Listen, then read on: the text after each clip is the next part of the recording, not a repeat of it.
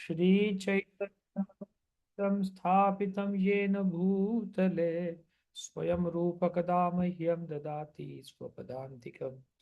वन्देऽहं श्रीगुरो श्रीयुतो पदकमलं श्रीगुरून् वैष्णवांश्च श्रीरूपं स्वाग्रजातं सहगण रघुनाथान्वितं तं सजीवं स्वाद्वैतं सावधूतं प्रजनसहितं कृष्णचैतन्यदेवं श्री राधा कृष्ण पादान् सहगणता श्रीविशाखान्विताश्च नमो विष्णुपादाय कृष्णप्रस्थाय भूतले श्रीमते भक्तिवेदांत स्वामिनिति नामिने नमस्ते स्वारस्वते देवे गौरवाणी प्रचारिणे निर्विशेष शून्यवादी पश्चात्य देशतारिणे वंशाकल्पतरुभ्यश्च कृपा सिन्धुभ्य एव च पतितानां पावनेभ्यो वैष्णवेभ्यो नमो नमः। श्री कृष्ण चैतन्य प्रभु नित्यानंद श्री अद्वैत गदाधर श्रीवासादि गौर भक्तवृंद।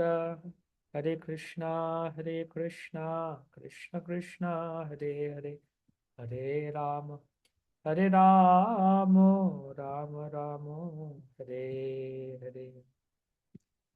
हरे कृष्णा। स्वागत है सबको भक्ति शास्त्री कक्षा में। तो नवा अध्याय पढ़ेंगे हम, राज विद्या। हाँ, राज गुह्य योग। तो उसके पहले इस नवा अध्याय के जो श्लोक पढ़ लिया गया था। हम्म,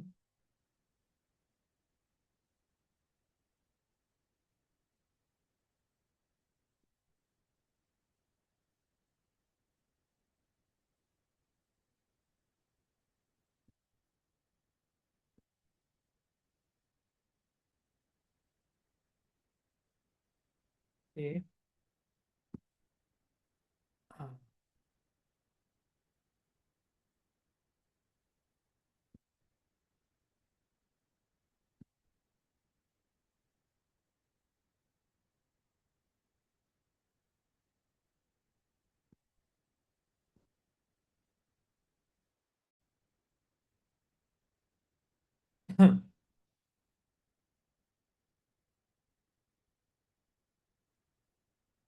तो हम चर्चा कर रहे थे पहले कि कैसे सातवां अध्याय और नवा अध्याय में कैसे बहुत ही हम्म, सुसामंजस्य से, बहुत ही एक मिल है। सातवां अध्याय में जो बताया गया नवा अध्याय में भी वैसे ही बताया गया। चर्चा कर रहे थे हम ना।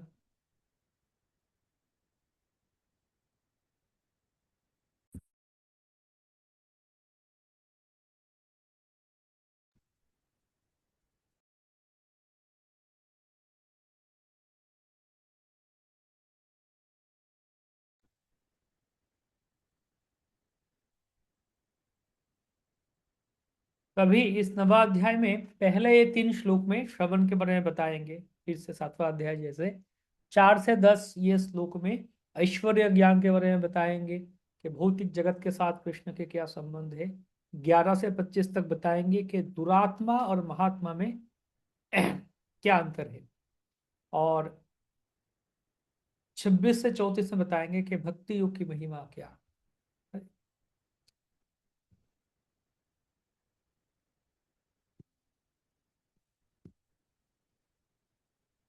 भक्ति योग की महिमा, ओके।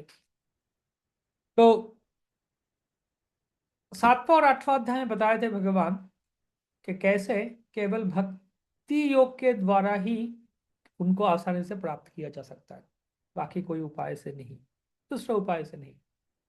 तभी उनके खुद के जो ऐश्वर्य आ, और भक्ति के असाधारण भक्ति के जो प्रभाव है उसके बारे में बताएंगे यहाँ। हे अर्जुन, क्योंकि तुम निर्मत्सर हो इसलिए मैं तुम्हें इस गोपन गुहिया गहरा ये राज बता रहा हूँ, जो ज्ञान जान के तुम इस दुखमय, इस भौतिक संसार जो दुख से भरा हुआ है, इस भौतिक संसार के बंधन से तुम मुक्त हो पाओगे। पहला श्लोक में बताते हैं, फिर दूसरा श्लोक में इस ज्ञान कैसे है, ये जो ज्ञान बताने जा रहे हैं। देखिए हर एक अध्याय में ही हम देखते हैं कि शुरुआत में भगवान थोड़ा सा इंट्रोडक्शन बताते हैं। उसके बारे में प्रशंसा करते हैं कि मैं जो ज्ञान बताने जा रहा हूँ ये ऐसे है वैसे है। ये ज्ञान प्राप्त करके तुम्हें ये मिलेगा। यहाँ पे भी बता रहे हैं इस ज्ञान का क्या करेक्टरिस्टिक्स, ज्ञान का नेचर क्या है, प्रकृति क्या है। ये ज्ञान सारे विद्याओं के राजा है, सारे गुह्य तत्वों से भी गुह्यतर है, अति पवित्र है, और प्रत्यक्ष रूप से आत्म उपलब्धि प्रदान करता है। इसलिए इस प्रकृति असली धर्म है। ये अव्यय है और आसानी से किया जा सकता है। सुसुखम कर्तुम अव्ययम, आसानी से किया जा सकता है। ये ज्ञान इतना सरल है और आसान है।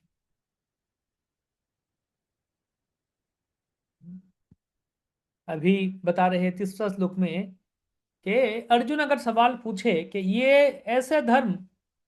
ये धर्म अगर इतने ही आसान है, इतना सरल है, आसान है, तो फिर ऐसा कौन है कि ये नहीं करेगा और बार बार इस संसार भोग करेगा, संसार में आके दुख भोग करेगा। कौन है ऐसे? उत्तर में भगवान बता रहे हैं परंतप, जो जिनके श्रद्धा नहीं है भक्ति में, जो भक्ति में श्रद्धा नहीं रखते हैं, अ, जो लोग, वे मुझे प्राप्त नहीं कर सकते और बार बार बारंबार इस जन्म मृत्यु के चक्र में फिर से फंसे रहते हैं। जन्म मृत्यु के चक्र में फिर से ये आते रहते हैं, पुनः पुनः पुनः चर्वित चर्वन आना, बार बार चर्वित चर्वन करते रहते हैं, बार बार उनको आना पड़ता है पुनः पुनः। तो ये पहले 3 श्लोक में ये बताया गया है। तो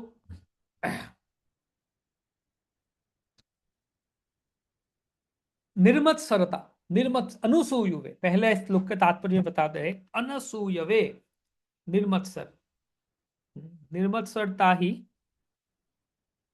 भगवान, मत निर्मत्सरता ही भगवान की कथा सुनने की जो योग्यता है, जो प्री रिक्विजिट भगवान के कथा सुनना है, भगवान के कथा समझना है, तो फिर कैसे होना चाहिए? निर्मत्सर।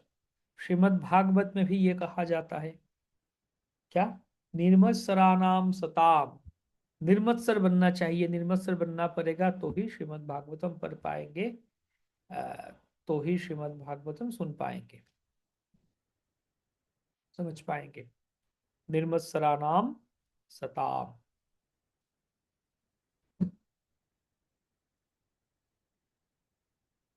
ये 6 दोष है: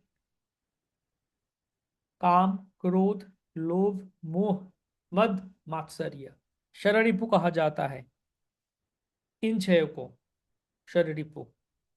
लेकिन इन शररिपु में भी कहा जाता है, आचार्यों सिखाते हैं हमें, काम कृष्ण कर्मार्पणे, क्रोध भक्त द्वेषी जने, हम्म, लोभ साधु संगे हरिकथा, मौद कृष्ण गुणगाने, মোহ इष्ट लाभ বিনে, निवृत्त করিবে যথা তথা। एक ऐसे काम होना चाहिए कि कृष्ण के गुण, कृष्ण के महिमा सुनने में हमारा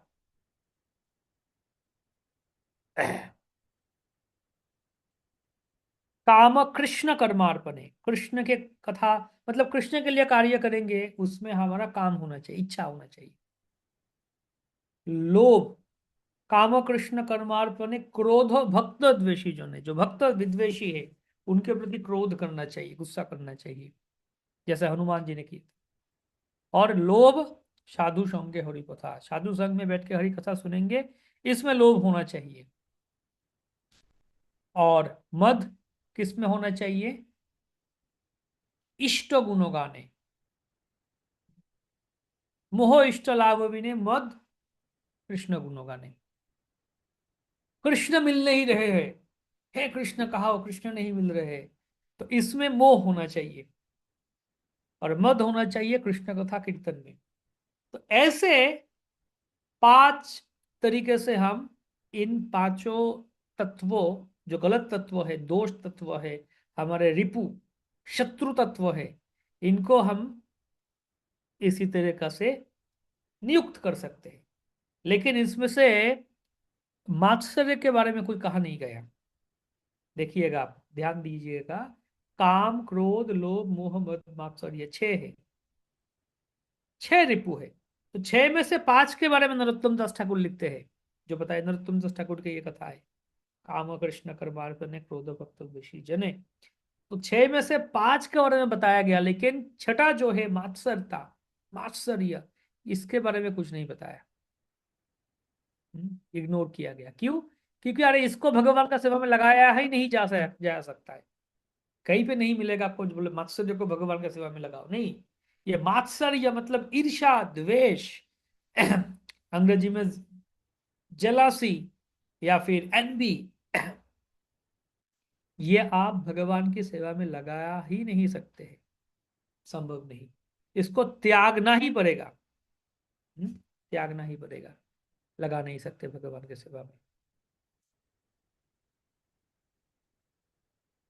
ठीक है, तो उसका मतलब मात्सर्य को त्यागना ही पड़ेगा, निर्मत्सर होना ही पड़ेगा।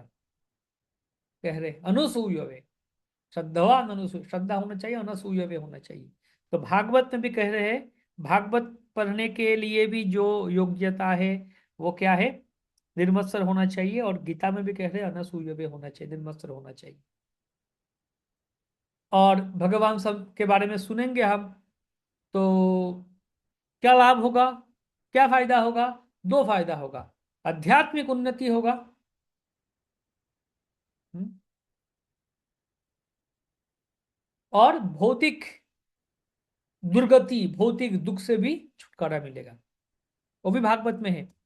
त्रिताप तापत्रयन उन्मूलनम, भागवत के भी दूसरे श्लोक में ये बताया गया कि श्रीमद् भागवत सुनेंगे तो तापत्रयन उन्मूलनम, त्रिताप दुख से बचेंगे हम, उन्मूल हो जाएगा। और यहाँ पे भी कह रहे हैं ये नवा अध्याय के दूसरा श्लोक में, ये भौतिक दुख से छुटकारा मिलेगा। और आध्यात्मिक प्रगति तो होगा ही, भगवान की कथा सुनने से ही, श्रवण से ही आध्यात्मिक उन्नति होता है।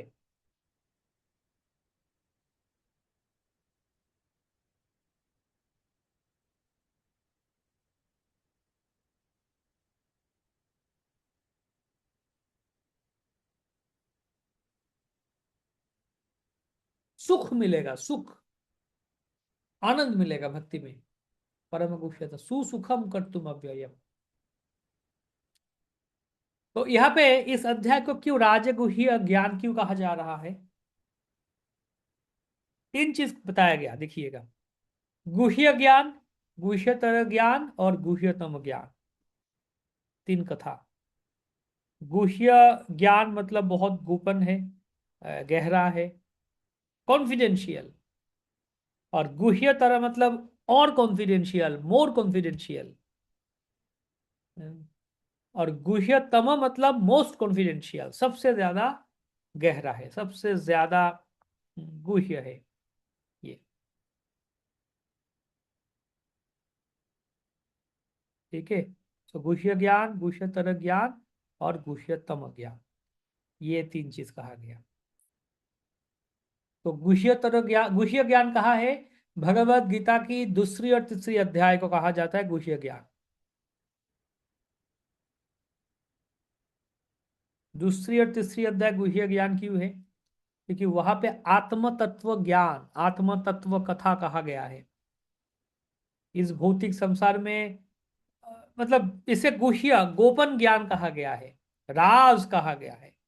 क्योंकि ये ज्ञान हर जगह उपलब्ध नहीं है। हर जगह क्या ज्ञान है? भौतिक ज्ञान है, शरीर के बारे में ज्ञान है। फिजिक्स केमिस्ट्री बायोलॉजी जो भी बताइए आप, मैथमेटिक्स, जियोग्राफी, इतिहास भूगोल, जो भी हो सब कुछ शरीर के बारे में बताता है हमें। ये करो वो करो, अलग अलग शारीरिक ज्ञान है ये सब, इस जगत के भौतिक जड़ विद्या। ओके, भौतिक ज्ञान है।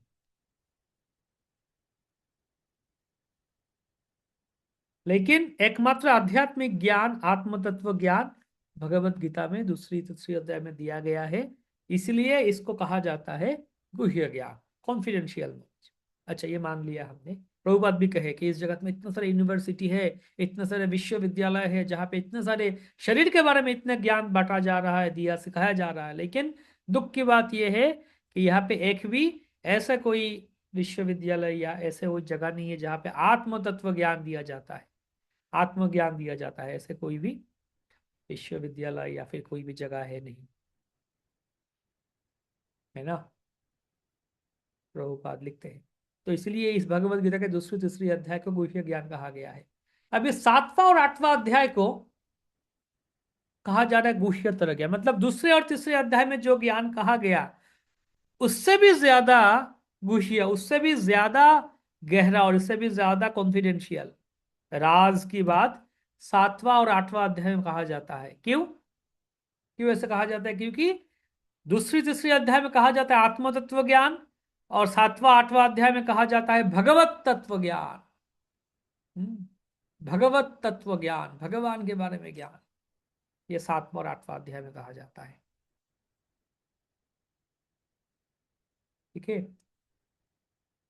भगवान के बारे में, भगवान कौन है, कृष्ण कौन है।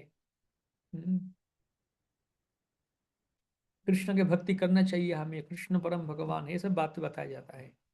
लेकिन नाइन्थ चैप्टर, नवा अध्याय को कहा जाता है गुह्यतम ज्ञान, क्योंकि इसमें कहा जाता है भक्ति तत्व ज्ञान, शुद्ध भक्ति तत्व ज्ञान, शुद्ध भक्ति के बारे में, शुद्ध भक्ति के बारे में कहा जाता है राजगुह्य योग। क्योंकि यहाँ पे निर्मल शुद्ध भक्ति, भगवान के महिमा के बारे में बताया जाता है, ये गुह्यतम ज्ञान। ठीक है, गुह्य ज्ञान, गुह्यतर, गुह्यतम। कोई सवाल है यहाँ पे?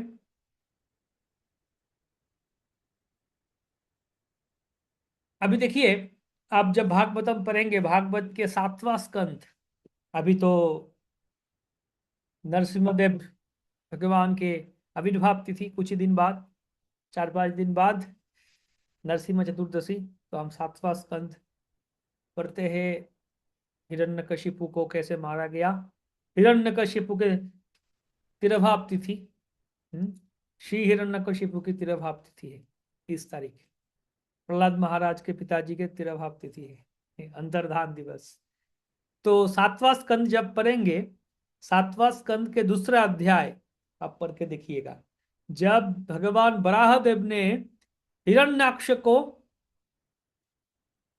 हत्या किया, वध कर दिया गया, मार दिया, तब हिरण्यकशिपु क्या करता है कि हिरण्याक्ष के माताजी मतलब दिति और हिरण्याक्ष के पत्नी, उनको सांत्वना देता है कि मत रो, रोना मत, ये तो संसार है, मृत्यु संसार है, दुखालय है, संसार में मृत्यु होता ही है।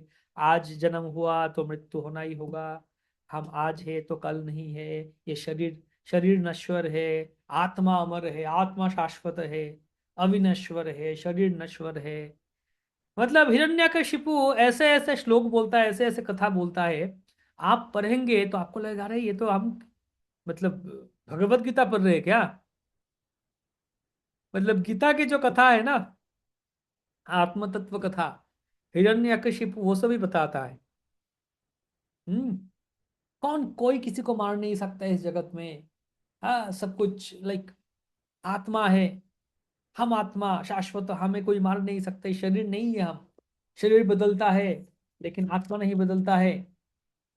वासाम से जीवनानी यथा विहाय, जो गीता में भगवान बोले दूसरा अध्याय में, वैसे वैसे कथा ही आपको वहां पे दिखाई देगा, एज इट इज वैसे ही दिखाई देगा। या कोई मतलब बोल के अरे ये तो हिरण्यकशिपु ने गलती से गलत टेप लगा दिया, भगवत गीता वाली टेप लगा दिया वहां पे, वैसे ही। तो हिरण्यकशिपु को भी पता था ये सब बातें कि आत्मा अविनश्वर है, आत्मा शाश्वत है। मतलब ये जो आत्म तत्व ज्ञान है ना, ये हिरण्यकशिपु को भी पता था। आप भागवत में भी देखिए, 10वां स्कंद में भी देखिए, जब कंस ने देवकी की 6 पुत्रों को मार दिया, और मारने के बाद 7वां तो बलराम जी थे, वो चले गए, ट्रांसफर कर दिया गया उनको। 8वीं कौन आ गई? योगमाया देवी। तो 8वीं योगमाया देवी जब आई, तब वो मार पटकने गए, मरने गए, तब वो उड़ के चले गए। चले गई वो। तो उसको पता चला, अरे ये अष्टभुजा देवी। हम्म, तो कंस डर गया। तो कंस ने तब बोलने लगा देवकी को और वसुदेव को, हे देवकी, तुम दुख मत करो, ये सब कर्म का विधान है, कर्म से ऐसे होता है, या फिर विधि का विधान है, इस जगत में कोई किसी को मार नहीं सकता। आत्मा अविनश्वर है, शाश्वत है, शरीर नश्वर है। कंस भी ऐसे ऐसे ज्ञान देने लगा। हैं? तो मतलब कंस ने भी भगवत गीता पढ़ा था क्या? ये हिरण्यकशिपु ने भगवत गीता पढ़ा था क्या? तो हिरण्यकशिपु को भी आत्म तत्व ज्ञान पता था। तो लेकिन प्रॉब्लम यह था कि हिरण्यकशिपु ने सिर्फ भगवत गीता की दूसरी और तीसरी अध्याय तक पढ़ा था। 7वां अध्याय नहीं पढ़ा। 8वां अध्याय नहीं पढ़ा था।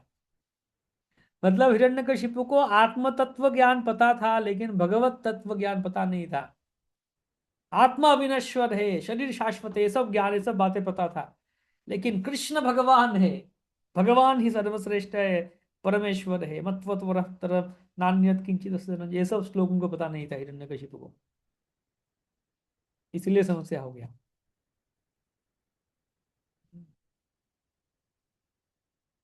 तो हिरण्यकशिपु को थियोरेटिकल नॉलेज पता था, लेकिन प्रैक्टिकल भक्ति कैसे करना है ये सब पता नहीं था।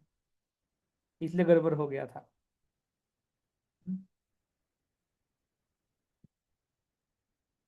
ठीक है। तो इसलिए ये 3 बात है। दूसरे तीसरे अध्याय को गुह्य ज्ञान, 7वां 8वां अध्याय को गुह्यतर ज्ञान, और 9वां अध्याय को गुह्यतम ज्ञान कहा जा रहा है। इदम ज्ञानम कहते हैं, इदम ज्ञानम, इसके द्वारा नवदा भक्ति, शुद्ध भक्ति को बताया जाए। इदम ज्ञानम, कि इस ज्ञान के द्वारा हम भौतिक कलुष, जड़ कलुष से मुक्त हो सकते हैं, हृदय को शुद्ध कर सकते हैं, कृष्ण तत्व विज्ञान को समझ सकते हैं, आध्यात्मिक चेतना के स्तर पे स्थित हो सकते हैं।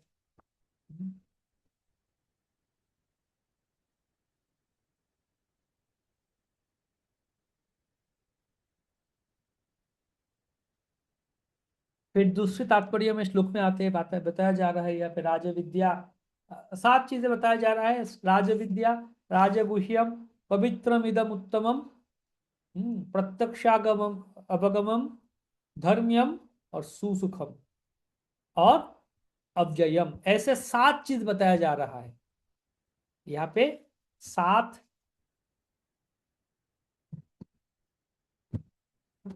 पॉइंट बताया जा रहा है इस ज्ञान के बारे में। ये ज्ञान कैसे है? ये ज्ञान राज विद्या है। ये ज्ञान कैसे है? ये ज्ञान गुह्यतमम है, बहुत ही गहरा है। ये ज्ञान कैसे है? ये ज्ञान पवित्र है। और ये ज्ञान कैसे है? ये ज्ञान प्रत्यक्ष अवगमम, मतलब प्रत्यक्ष अनुभूति के द्वारा उपलब्ध किया जा सकता है। उसका ये ज्ञान कैसे है? ये ज्ञान यथार्थ धर्म है।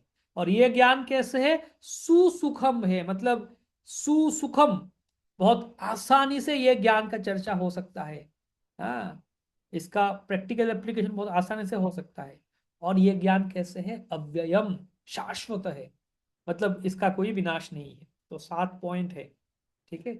दूसरी श्लोक में अलग अलग तात्पर्य प्रभु बताते हैं।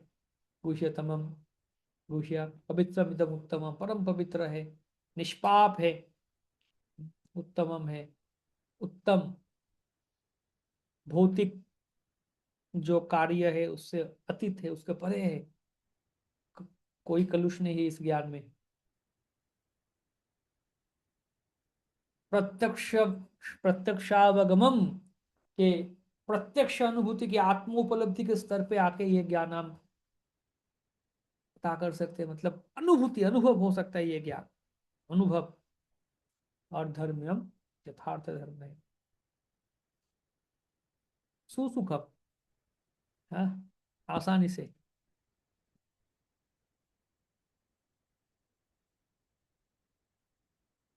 आसानी से।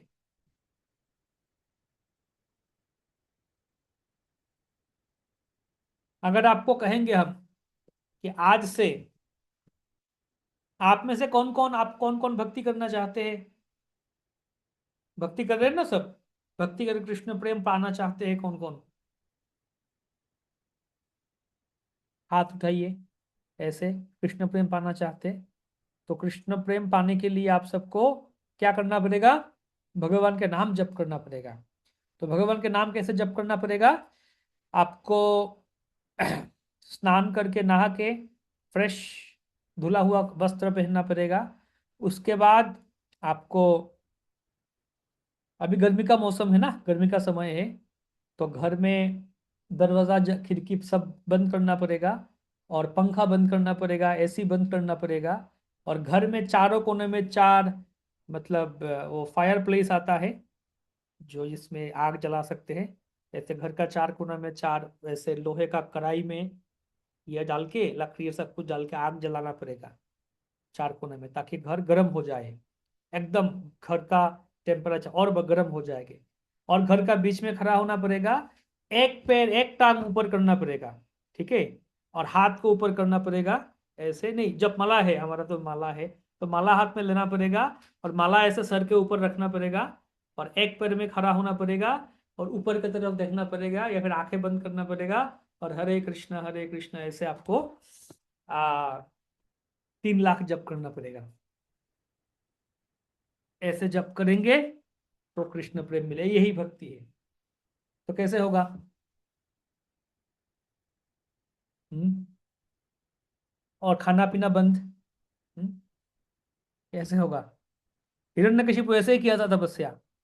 एक पैर में खड़ा होके दोनों हाथ ओम ब्रह्म देवाय नमः, एक पैर में, उससे एकदम पूरा शरीर का मांस वाम चला गया था एकदम, हड्डी कंकाल हो गया था।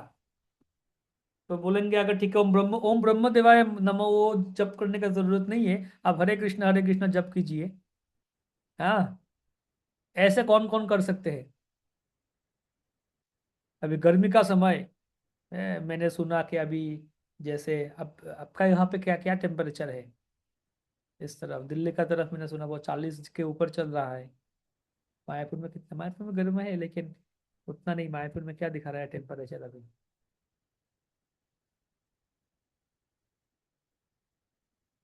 मायापुर में 28 दिखा रहा है। हाँ, 28 दिखा रहा है।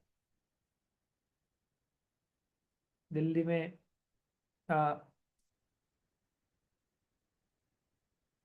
34। अच्छा, कहीं कोई मुझे वो 40 के ऊपर जो भी हो। हम्म तो घर में आग जला के, घर गरम बना और गरम करके उसके बीच में बैठ के आपका हरि नाम करना है। कैसे होगा? तो पहले ऐसे ही करते, तपस्या ऐसे ही करते थे। गुजरात में 45, हाँ गुजरात में 45। तो पहले ऐसे ही करते थे तपस्या। हिरण्यकशिपु ने ऐसे ही किया। तो ऐसे अगर कहा जाएगा ऐसे तपस्या का क्या होगा? नहीं, हमारे लिए उल्टा क्या कहा गया? नहीं, गर्मी का समय, बाहर 45 डिग्री 40 डिग्री चल रहा है, घर में, घर के अंदर बैठिए, दरवाजा लगाइए, खिड़की लगाइए, और पंखा चलाइए, एसी चलाइए, ठंडा करके। 20 डिग्री, 17 18 डिग्री में, 14 डिग्री में बैठिए आराम से। और सोफा लीजिए या फिर चेयर लीजिए, आराम से बैठिए, माला लीजिए। हर एक, और पहले तो समोसा पकोड़ा खा के आराम से बैठिए, भूख लग गया, समोसा पकोड़ा खा के, जो भी हो, आराम से बैठिए। और हरे कृष्ण जप कीजिए। हाँ, फिर भूख लग जाता है, फिर जगह खाइए, खा के आइए। फिर थोड़ा जप हो गया, थोड़ा सोना है सो जाइए, फिर उठ के फिर जप कीजिए, भागवत खोलिए, भागवत पढ़िए, गीता खोलना, बैठना है, पढ़ना है। इतने आसान तरीका दिया गया है। हम्म, इतने आसान तरीका दिया गया है। हमारा शरीर में सबसे नाजुक अंग कौन सा है? शरीर में सबसे नाजुक, सबसे कमजोर, मतलब सबसे कोमल, सॉफ्ट वो और टेंडर कौन जीव सा? जीव जीव प्रभु जी। जी, एक तो जीव हृदय है। प्रभु जी, हृदय हृदय हृदय। नहीं, वो तो अंदर हो गया, उसको दिखता, वो दिखता नहीं हमें। जीवा तो प्रभु जी। वो है, हृदय बोल रहे, हृदय तो दिखता ही नहीं, अच्छी है जीवा, एक पहाड़ मतलब नरम है, नाजुक है, थोड़ा दांत के नीचे आ आंखें। जाता है और बहुत ही अ, ये हो जाता है। और क्या है? आंखें। आंखें। ओके, आंखें हैं, ठीक है। और एक नाजुक क्या है? कान है, कान का अंदर कान का एक पर्दा आता है ना। तो बोला गया भक्ति कैसे करना है, बोले जिह्वा से और कान से भक्ति कीजिए। हम्म, खास करके जिह्वा से कहा गया है। अतः श्री कृष्ण नामादि न भवेद ग्राह्यम इंद्रिय, सेवन मुखे ही जिह्वा दो, स्वयमेव स्फुरत्यदः। कि जिह्वा के से सेवा कीजिए, भगवान का सेवा भक्ति कीजिए। वो कैसे? जिह्वा का काम क्या है? जिह्वा से क्या करते हैं? कीर्तन। हाँ? हरि एक तो नाम जप कीर्तन। एक तो खाना खाते हैं, और एक तो पटर पटर पटर पटर करते हैं, बातें करते हैं ना। तो खाना खाइए, प्रसाद लीजिए, और हरिनाम जप कीजिए। ये दो कार्य, मतलब सब शरीर का सबसे नाजुक अंग है जीवा। किसी ने एक जोक्स बताया कि दांतों के बीच और जीवा के बीच वार्तालाप हो रहा है। तो 32 दांत ने मिलके बोला, अरे जीवा, तू इतना कमजोर है, इतना नरम है, नाजुक है, तेरा क्या क्षमता है? हम 32 लोग हैं, हम तुझको ऐसे काट खाएंगे ना, हमारा बीच में फंसा देंगे तुझे, एकदम तू हालत खराब हो जाएगा। जीवा बोले, हाँ तुम लोग 32 हो, मैं अकेला हूँ, और तुम लोग बहुत शक्तिशाली हो, दांत वो कितना शक्तिशाली दांत है ना, बहुत शक्तिशाली हो, मैं बहुत कमजोर तो हूँ, लेकिन अगर मैं हम मैं ऐसे जगह में ऐसे बात बता दूंगा कि तुम 32 का 32 ही नहीं रहोगे। उल्टा बोलते, उल्टा सीधा जगह में उल्टा सीधा बात बता दिया, तो तुम्हारा ऐसे पड़ेगा ना तमाचा, कील घुसा पड़ेगा, तुम्हारा 32 का 32 ही रहोगे नहीं। तो जीवा का क्षमता है, जीवा। तो सबसे नाजुक अंग बोले जीवा से भक्ति कीजिए, और कान से सुनिए बस। हरि हरे कृष्ण महामंत्र बोलिए, कान से सुनिए। इतना सरल, कोई कठिन तपस्या के लिए कहा नहीं गया हमें। हाँ, हमें लगता है ये बहुत कठिन तपस्या, सुबह सुबह उठो, मंगल आरती करो, हरि नाम जप करो, हमें लगता है वाह कितना तपस्या कर रहे हैं हम। 4 नियम पालन करो, एकादशी करो, एकादशी के दिन भी इतना सारे फीस्ट है, इतने सारे प्रसाद है।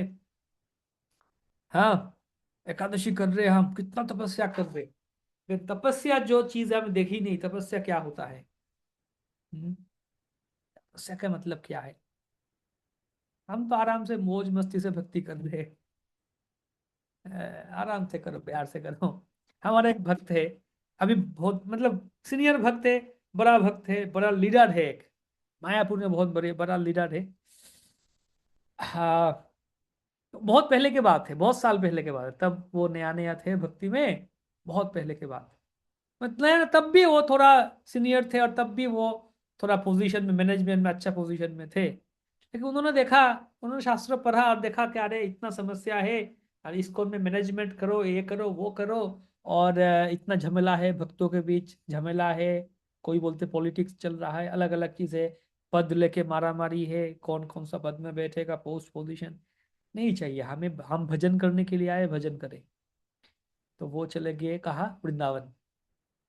तो वृंदावन जाके वहां पे कोई एक बाबा जी के पास गए, जाके बोले बाबा जी मैं भजन करना चाहता हूँ, मुझे आप शिक्षा दीजिए, मैं आपके साथ रह के भजन करना। बाबा जी बोले ठीक है, तुम भजन करना चाहते हो, अच्छी बात है, बैठो मेरे पास, और रहो यहाँ पे हमारा आश्रम में रहो, और हरि नाम करना। तो क्या काम है? सुबह उसपे उठो, मंगल आरती के पहले, मतलब 2-3 बजे उठना है, ओके। उसके बाद नहा धो के जप करने बैठ जाओ। तो जप करो, फिर मंगल आरती करो, फिर जप करो। जप करते करते करते करते अभी सुबह का 8-9 बज गया। तो हमारा इस्कॉन में तो क्या, 9 बजते ही प्रसाद रेडी, डंग डंग घंटा बजता है मंदिर में, प्रसाद रेडी, सब प्लेट लेके भागो। तो ये 9 बज गया, अभी प्रसाद का ये प्रभु जी तो हरे कृष्ण जप कर ही रहे, मंगल आरती का समय से जप कर ही रहे, कर ही रहे, कर ही रहे। तो देख रहे इधर उधर, अभी 9 बज गया, मतलब कोई घंटा नहीं बज रहा है, कोई आवाज नहीं, प्रसाद कब होगा? बाबा जी भी जप कर रहे हैं, सब जप कर रहे, हरि नाम कर रहे। सो वृंदावन में अलग अलग बाबा जी हैं। कोई बाबा जी अलग अष्टकाल लीला ध्यान वो अलग लाइन में है। लेकिन कोई कुछ कुछ बाबा जी है नाम परायण, नाम निष्ठा परायण बाबा जी भी है कि वो हरि नाम जप करते हैं। हरि नाम परायण जप, तो वो बाबा जी हरि नाम परायण थे, नाम जप करते थे, हरे कृष्ण महामंत्र हरि नाम जप करते थे। तो वो जप कर, तो वो बाबा जी भी जप कर रहे। तो बोले ये हमारे ये प्रभु जी 9 बज गया, देख रहे हैं कोई घंटा नहीं बज रहा है, कोई प्रसाद के लिए कोई तैयारी नहीं है। तो उन्होंने पूछा कि बाबा जी 9 बज गया, प्रसाद कब होगा? बोले क्या प्रसाद होगा? तुम भजन करने आए हो राधा रानी के धाम में या खाने आए हो? हरि नाम करो और करते रहो, बाद में देखा जाएगा, हरि नाम करो। अरे हाँ हाँ ठीक है, हरि नाम, हरे कृष्ण उत्साह दे भी कर रहे कर रहे कर रहे कर रहे। 9 बज गया, 10 बज गया, 11 बज गया, कुछ ये नहीं है, 12 बजे तक जप ही कर रहे। फिर उसके बाद 12 बजे अभी बाबा जी बोले ठीक है अभी चलो हम स्नान करके आते हैं राधा कुंड में।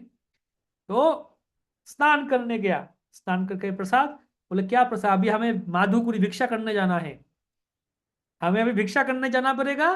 5 घर में भिक्षा करेंगे, जो मिलेगा वो ले, चावल वावल मिलेगा वो लेके आगे, फिर कुकिंग होगा, फिर प्रसाद थोड़ा सा भोग देके थोड़ा सा प्रसाद लेंगे। हाँ, तो फिर जा गया भिक्षा करके लाया, खुद कुकिंग हुआ, भोग लगाया राधा रानी को। उसके बाद थोड़ा प्रसाद लो, उसके बाद फिर जप करने बैठो, थोड़ा सो जाओ। अरे क्या सो, तुम सोने आए हो यहाँ पे राधा रानी के साथ? जप करो, हरि नाम करो, फिर करते जाओ करते जाओ करते रात तक हरि नाम करते करते जाओ करते जाओ करते जाओ।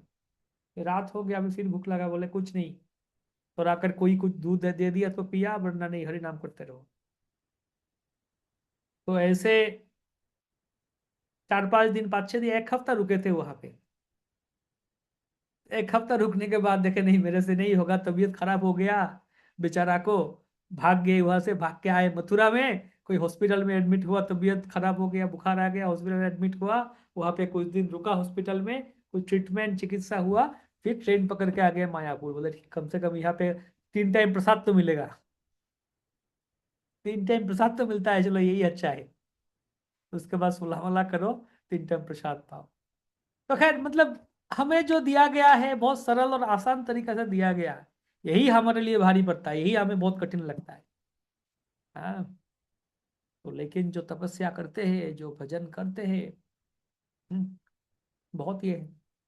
तो एक एक कोई एक बाबा जी के पास, या कोई एक सीनियर मतलब भक्त है बाबा जी है, उनके पास गया कोई और एक, तो पूछा तुम कितना जप करो, मतलब दूसरे बाबा जी है वो जप करते हैं, वो 64 माला कर रहे हैं। ना नहीं, वो 16 या 32 माला कर रहे थे। बोले कितना माला करते हो जब? बोले 16 या 32 माला करते हैं हम रोज। बोला अरे इतना तो खाने में ही चला जाता है, इतना तो खाने में ही चला जाता है। मतलब मतलब तुम जो भिक्षा मांगते हो लोगों से, डोनेशन में भिक्षा लेते हो, वो तो तुम जितना कर रहे हो जो वो तो वो चला ही जाता है, तुम खुद के लिए कब करोगे? तो भजन है, जप है, तपस्या है बहुत कुछ करना चाहते तो और तपस्या और भजन करे। क्यों? प्रभुपाद ने हमें कम से कम करने के लिए बोला कि कम से कम 16 माला करो, लेकिन और करना चाहिए। 64 माला से शुरू किए थे, बोले नहीं नहीं होगा प्रभुपाद, 64 माला नहीं होगा। ठीक है 32 माला करो, उतना भी नहीं होगा, 25 माला करो, प्रभुपाद नहीं होगा। ठीक है कम से कम 16 माला करो, उससे कम नहीं। तो हरि नाम करना, भागवत पढ़ना, अलग अलग विधि विधान है, व्रत तपस्या है। तो हमें जो दिया गया बहुत आसानी से, हम कीर्तन करो, नाचो गाओ, कीर्तन करो, नाचो कूदो, थक गए फिर बैठे बैठे प्रसाद खाओ, फिर हरि नाम करो। कितना आसान तरीका, कितना ये फेस्टिवल एक के बाद एक फेस्टिवल है। आज किसी का भी विवाह हो रहा है, ब्याह हो रहा है, चलो जाके हरि नाम करो, नृत्य करो, डांस करो, प्रसाद लो। ओके, कल की कोई मर गया, वहां पे भी जगह हरि नाम हो रहा है, नाचो कूदो प्रसाद लो। कोई जन्म हुआ, वहां भी प्रसाद लो, हरि नाम करो, नाचो कूदो। पार्टी, हमेशा पार्टी होता रहता है हमारा, है ना? हमेशा पार्टी होता रहता है, लोग वी आर पार्टी फ्रीक। कुछ ना कुछ बहाना चाहिए पार्टी करने के लिए हमें। चलो पार्टी करते रहो, कार्तिक महीना आ गया और चलो हरि बोलो और ज्यादा पार्टी होगा, कीर्तन नृत्य। हाँ, प्रसाद का थोड़ा जो कोई कोई है, माधव कोई कोड़िया या जो भी हो, लेकिन फिर भी पार्टी चलता रहता है। कीर्तन नृत्य, पार्टी में क्या होता है, लोग क्या करते हैं पार्टी में, शादी ब्याह में क्या करते हैं पार्टी में? अच्छा नाच, अच्छा गाना, बड़ा सा स्पीकर डिस्को लगाओ, गाना बजाओ, नाचो, ड्रिंक्स शराब पियो, खाना खाओ, वही है पार्टी। हमारा भी पार्टी क्या है? महाप्रसाद तो है ही। कीर्तन करो, बड़ा स्पीकर लगाओ, कीर्तन करो, भजन लगाओ, डांस करो, और कथा सुनो। थक गए तो बैठे बैठे कथा सुनो, फिर प्रसाद लो। कितना आनंद है। उनका पार्टी कब कभी कभी चलता है, हमारा पार्टी रोज चलता है, 365 दिन। हमारे मायापुर धाम में आ, मैंने पुजारी प्रभु बता रहे थे कि कृष्ण चैतन्य प्रभु है, बता रहे थे कि मायापुर धाम में साल में 241 या 45 बोले थे, शायद 245, 245 दिन फेस्टिवल है विग्रह के साथ। श्री विग्रह 365 दिन में से 245 दिन का फेस्टिवल रूटीन ऑलरेडी कैलेंडर है कि आज ये है, कल वो है। कभी ललिता षष्ठी है, कभी इंदुलेखा या कोई चंपकलता के आविर्भाव है, मतलब अष्टषष्ठी का 8 दिन तो है ही। और भी अलग अलग मिला के 245 दिन का फेस्टिवल कैलेंडर है, अभी भी चल रहा है। अक्षय तृतीया 21 दिन, एक के बाद एक है ही। दामोदर महीना में 30 दिन तो है ही, 245 दिन। तो जननिवास प्रभु चाहते हैं कि 365 दिन ही कुछ ना कुछ हो। वो लोग बोल रहे कि 245 दिन कम है। Okay, just second. मेरा, हाँ, मुझे और एक क्लास में एक लिंक देना पड़ेगा, जूम लिंक, 1 मिनट।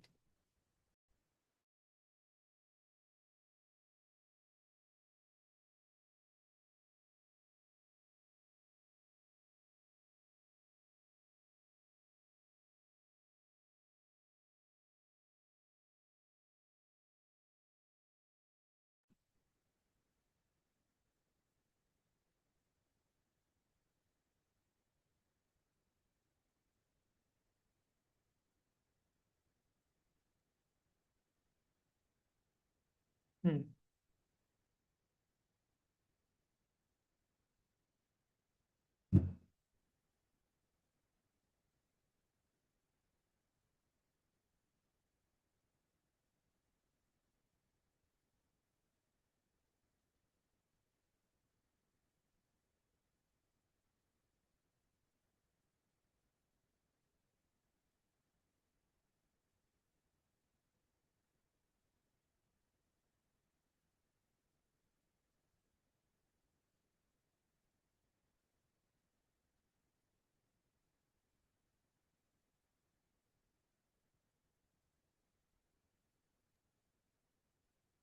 प्रभुपाद भी बोले थे कि मैं, तुम लोग चाहो तो हम मैं तुम्हें 365 दिन का 365 दिन ही कुछ ना कुछ फेस्टिवल दे सकता हूँ। तो ये है हमारा भक्ति। सुसुखम कर तुम अव्ययम। कितना अच्छा, कितना रस। और सोच के देखिए, जो लोग निराकारवादी है, जैसे अभी चल रहा है हमारा अ, चंदन यात्रा चल रही है, इतना सुंदर दर्शन है भगवान के। सुंदर चंदन लगाया जाता है, फिर हम शाम को, अभी चल रहा है बोट फेस्टिवल चल रहा है मायापुर में। राधा माधव को समाधि में जाके नौका विहार चल रहा है, झूलन भी चलता है, कितना सुंदर। उस सब भक्त आते, सब दर्शन करते, साथ में बैठते, प्रसाद लेते, कीर्तन होता है। इतना सुंदर दर्शन है। तो जो लोग निराकारवादी हैं, हाँ, वो क्या बोलते हैं? नहीं, भगवान निराकार है। वो मिस करते हैं ये सब। उनके लिए भगवान का कोई विग्रह ही नहीं है, रूप ही नहीं है, निराकार है। वो कैसे चंदन लगाएंगे? हैं? उनके लिए भगवान का कोई रूप ही आकार ही नहीं। वो कैसे रथ यात्रा करेंगे? भगवान को खींचे कैसे रथ यात्रा करेंगे? वो कैसे दर्शन आरती करेंगे? कैसे श्रृंगार करेंगे भगवान को? नहीं, कुछ है ही नहीं। हमारे लिए इतना सुंदर रूप है, इतना सुंदर भगवान की भक्ति योग है, कितना अद्भुत, कितना सुंदर, सुसुखम, और अनुभव होता है भक्ति के। हम्म, अव्ययम।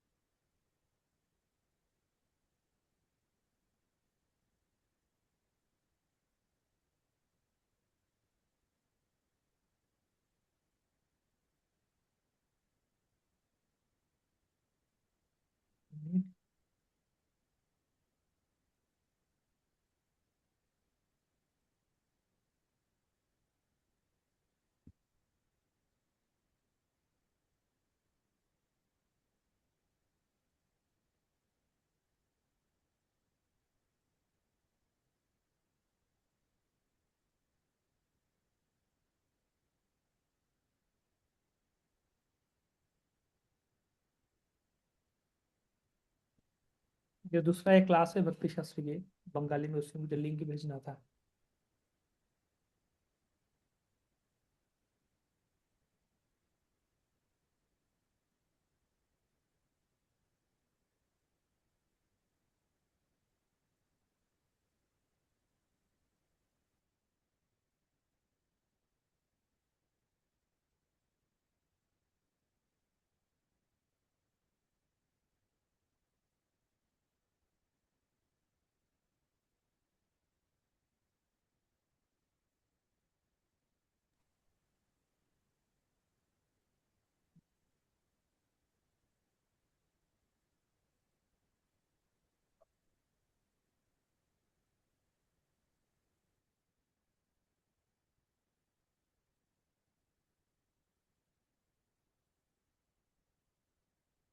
ओके, तो ये है अव्ययम, प्रत्यक्ष अनुभव होता है भक्ति में। कीर्तन में जाइए, कथा में जाइए, भगवान के प्रसाद लीजिए, कभी कभी भक्त, बहुत भक्त का आंखों से आंसू निकलता है, कभी कभी अनुभव होता है।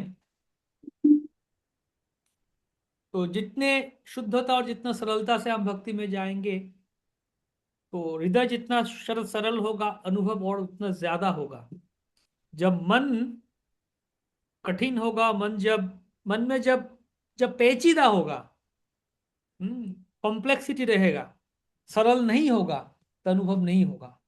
एक ही भक्ति, एक ही हरिनाम, एक ही भजन, एक ही कीर्तन, एक ही भागवत, एक ही कथा, सब कुछ, कोई एक भक्त को अनुभव हो रहा है, एक को नहीं हो रहा है। ये क्यों नहीं हो रहा है? मन सरल नहीं है, अंदर बाहर एक नहीं है हमारा। मुंह से कुछ बोलते हैं, अंदर कुछ दूसरा कुछ सोचते हैं। तो इसलिए मुख्य विचार, हम कितना भी जप कर ले, कितना भी तप कर ले, कितना साधन भजन कितना कर ले, एक चीज है, मन सरल करना। कुटिनाटी छारो মন করহ সরল, गौरा भुजा लोक रखा एकत्र निष्फल। कहते हैं कि कुटिनाटी छोड़ो और मन को सरल करना है। यही भक्ति का मूल शिक्षा है, सरल हृदय।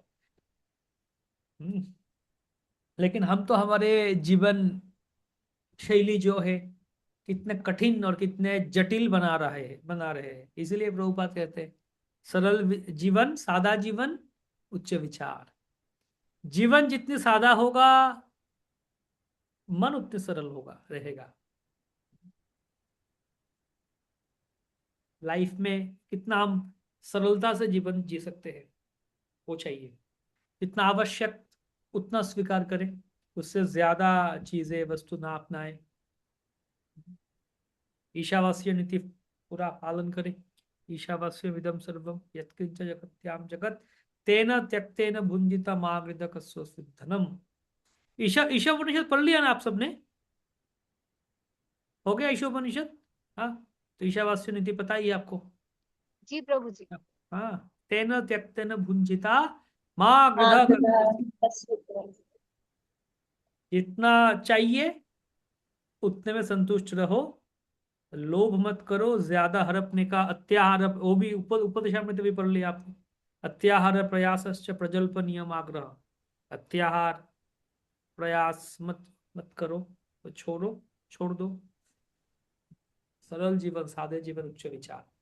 अल्टीमेटली हम कितना भी बोले भक्ति, भगवान, हरिनाम, कितना भी बड़े बड़े बातें, लॉफ्टी वर्ड्स कहे हम, अल्टीमेटली मन सरल नहीं करेंगे, जीवन को सरल नहीं करेंगे, तो फिर ये सब बातें घुसेगा नहीं मन में, हृदय में, या फिर मस्तिष्क में घुसेगा ही नहीं, जाएगा ही नहीं।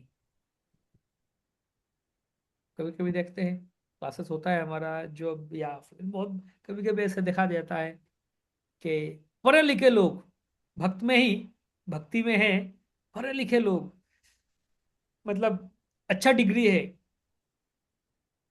डॉक्टर इंजीनियर है, लेकिन सीधी बात, सरल बात समझ नहीं पाते। कभी पूछता चाहिए क्या है वो, मतलब उनसे जब बात करते पता चलता है कि वो इतना पढ़े लिखी हो, लेकिन फिर भी ये सरल बात को, कोई भक्ति शास्त्र क्लास बोली या कोई भी सरल बात हो, समझ में नहीं आ रहा है।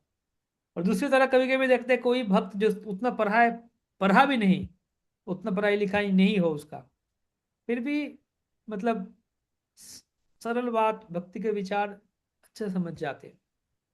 हम्म।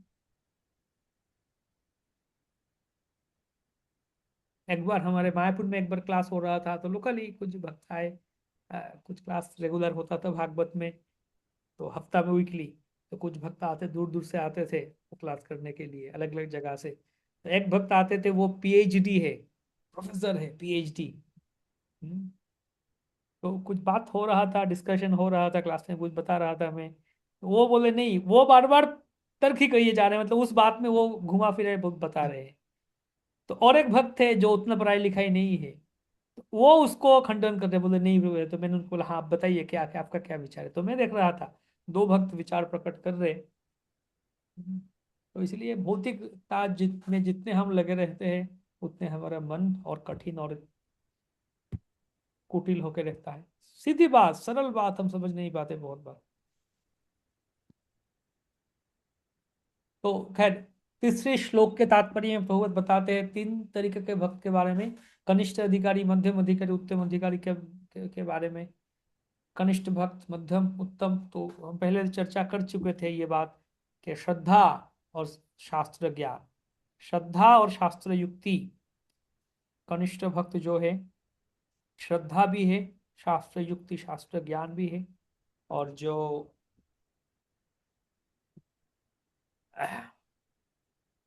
हम्म, मध्यम भक्त है, शास्त्र ज्ञान इतना नहीं है लेकिन श्रद्धा बहुत है। कनिष्ठ भक्त जो है उनका श्रद्धा भी नहीं, शास्त्र ज्ञान भी नहीं, श्रद्धा भी बहुत कम है, हल्का है, और शास्त्र ज्ञान तो है ही नहीं। जो मध्यम भक्त है उनके श्रद्धा बहुत स्ट्रांग है, शास्त्र ज्ञान उतना नहीं है। जो उत्तम भक्त है उनके शास्त्र ज्ञान और श्रद्धा दोनों बहुत स्ट्रांग है। इसलिए हमें सिद्धांत है कि दृढ़ श्रद्धा होना चाहिए, और शास्त्र युक्ति शास्त्र ज्ञान हमें अच्छे से समझना चाहिए।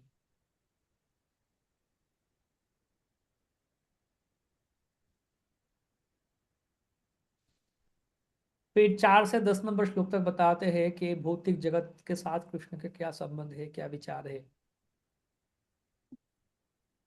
ऐश्वर्य ज्ञान, तो जीव और भगवान में क्या अंतर है बता रहे हैं कि मैं अव्यक्त रूप से पूरे जगत में व्यापरित हूँ, विस्तृत हूँ, और सारे जीव खुद में अवस्थान करते स्थित हैं।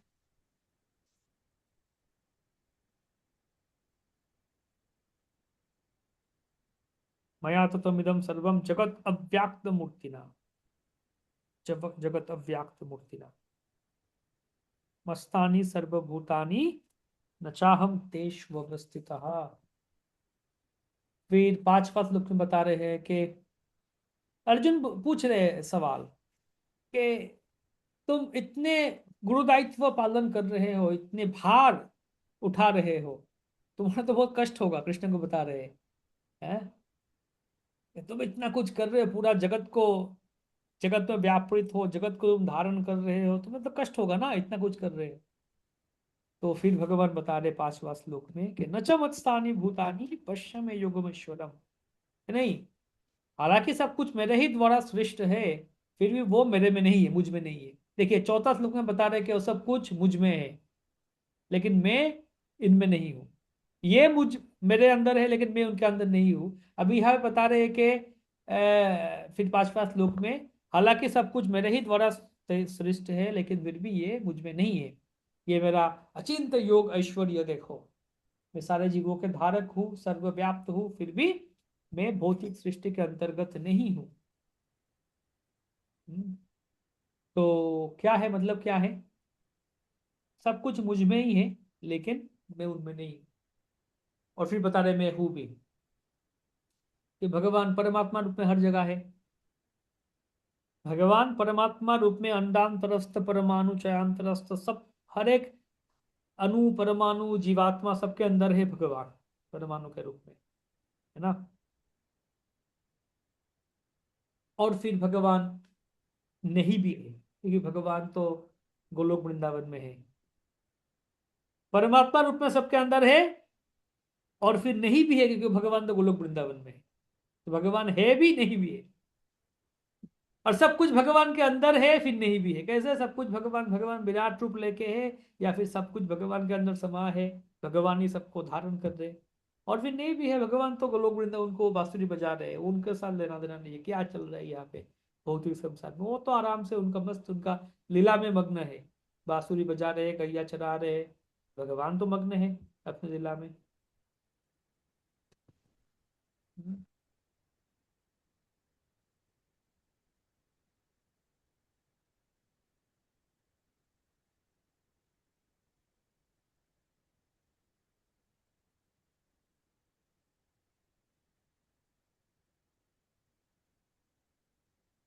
फिर उपमा दे रहे हैं छठा श्लोक में कि वायु जैसे हर जगह चलता है, फिर भी आप आसमान में, आकाश में रहता है।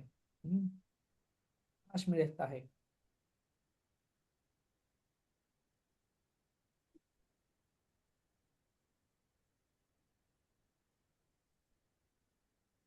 वैसे ही सारे जीव मुझ में ही रहता है, अवस्थान करता है।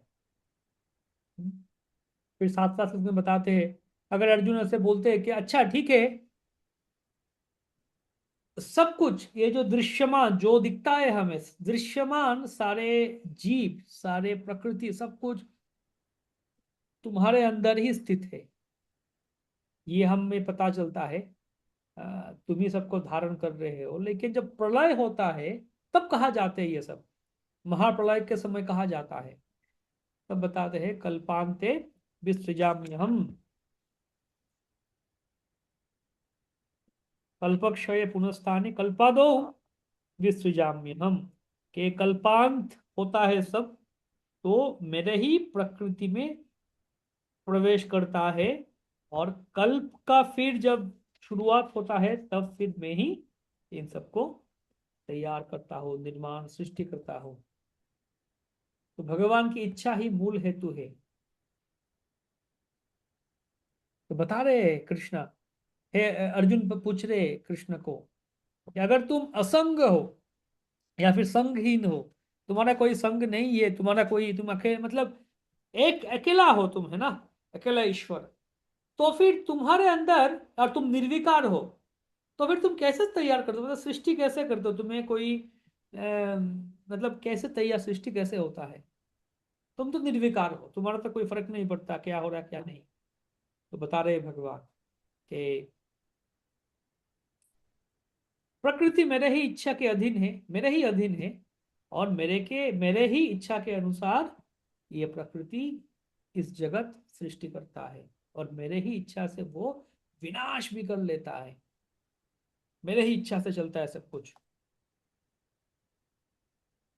उदासीन उदासीन असक्तम तेषु कर्मसु, मैं उदासीन हूं, मैं उसमें उतना इन्वॉल्व नहीं हूं, युक्त नहीं हूं, उदासीन हूं। फिर अर्जुन सवाल पूछते हैं कि हाँ, नहीं, नवा श्लोक में, हाँ, आठवां श्लोक में बता रहे थे, कृत्स्नम अवश्यम प्रकृति वशात, अवश्य हो गए, मतलब प्रकृति का खुद का कोई ये नहीं है, मेरा ही इच्छा से वो एक फंक्शन, मशीन है, मशीन बना दिया मैंने, ऑप्शन चालू कर दिया, अपने आप तैयार कर रहा है सब कुछ। तो फिर पूछ रहे हैं अर्जुन नवा श्लोक में कि तुम अगर इतना कुछ करते हो, तैयार करते हो, सृष्टि करते हो, विनाश करते हो, प्रलय करते हो, पालन करते हो, इतना कुछ कर रहे हो तुम, सृष्टि, पालन, विनाश, इतना कुछ करने के बाद भी तुम बंधन में फंसते नहीं, मतलब बंधन में बद्ध नहीं होते हो, कर्म बंधन में, ऐसा कैसा, कैसा तुम बच जाते हो कर्म का बंधन से। हम्म? इतना फंसने के बाद, इतना कर्म करने के बाद भी तुम बंधन में नहीं जोड़ते हो, कैसे। उत्तर में भगवान बता रहे हैं यहाँ पे कि न च माम तानि कर्माणि निबध्नन्ति धनंजय, धनंजय इस कर्म मुझे आबद्ध नहीं कर सकता है, क्योंकि मैं इस कर्म में अनासक्त हूँ और उदासीन होकर रहता हूँ। उदासीनम उदासीनम असक्तम तेषु कर्मसु, मैं उदासीन होकर रहता हूँ। फिर अर्जुन पूछते हैं सवाल कि ठीक है, अच्छा मान लिया कि तुम ही हो सृष्टि स्थिति प्रलय की कर्ता, तुम ही सृष्टि करते हो, तुम ही प्रलय करते हो और स्थिति भी पालन भी करते हो, लेकिन ये सब करने के बाद भी तुम इतना उदासीन, मैं मानता नहीं। आचार्य ऐसे लिखते हैं, ऐसे लिटरली इधर स्वामीपाद लिखते हैं कि तुम इतना कुछ करने के बाद भी उदासीन हो, मैं ये नहीं मानता, मुझे विश्वास नहीं होता इसमें। तो उत्तर में भगवान बता रहे हैं 10वां श्लोक में कि मयाध्यक्षेण प्रकृति सूयते सचराचरम हेतु नानेन कौन्तेय जगत विपरिवर्तते। हे कौन्तेय, मेरे ही अध्यक्षता के द्वारा भौतिक प्रकृति इस चराचर विश्व का निर्माण करता है। प्रकृति के नियम से ये जगत पुनः पुनः सृष्टि होता है और विनाश भी होता है, मेरा ही अध्यक्षता के द्वारा, मेरा ही अंडर ये सब चलता है, कार्य चलता रहता है। ऐसे 4 से 10 तक श्लोक में भगवान के ऐश्वर्य, भगवान कितने महान है, ये ऐश्वर्य बताया जा रहा है 4 से 10। तात्पर्य में भी अलग अलग चीजें बताते हैं प्रभुपाद। सर्वव्याप्त, भगवान सर्वव्याप्त है बता रहे हैं 4था श्लोक में। कैसे भगवान सर्वव्याप्त है, अव्याक्त मूर्ति ना अव्याक्त रूप में इस जगत में है। हम स्थूल इंद्रिय के द्वारा भगवान को नहीं देख पाएंगे, सारे जीव मुझ में है, अवस्थित है, ये भी बताया गया है। फिर 5वां श्लोक में योगम ऐश्वरम, अचिंत योग ऐश्वर्य के बारे में बताया जा रहा है भगवान के, कैसे वो पृथक है बताया जा रहा है, भगवान पृथक भी है। अचिंत योगम ईश्वरम।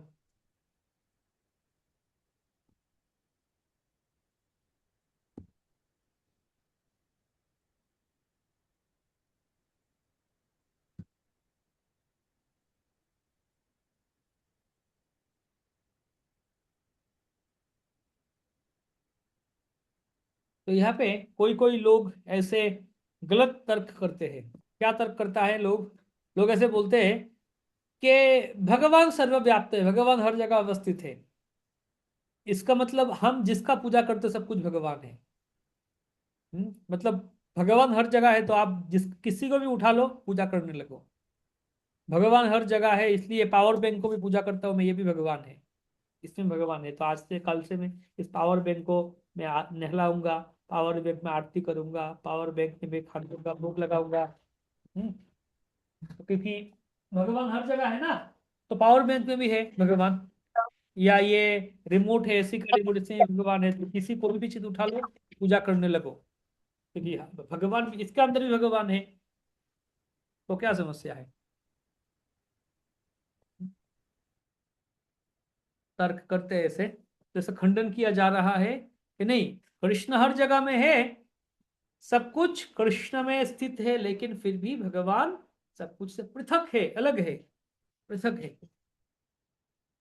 फिर भी पृथक है, अलग है, स्वतंत्र है।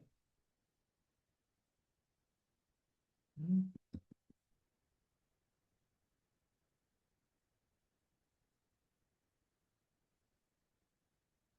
स्वतंत्र भगवान, ये भगवान नहीं, ये पावर बैंक रिमोट भगवान है नहीं, भगवान स्वतंत्र है। फिर 6ठा श्लोक में बता रहे हैं, फिर योगम ऐश्वर्यम के बारे में बता रहे हैं, भगवान के ऐश्वर्य। तैत्तरीय उपनिषद ब्रह्म संहिता से श्लोक देखे, अलग जगह से श्लोक देखे, उदाहरण दिया जा रहा है। फिर 7वां 8वां श्लोक में कल्प के बारे में बता रहे हैं, कल्प का अवसान से कैसे, विनाश से कैसे भगवान तैयार करते हैं।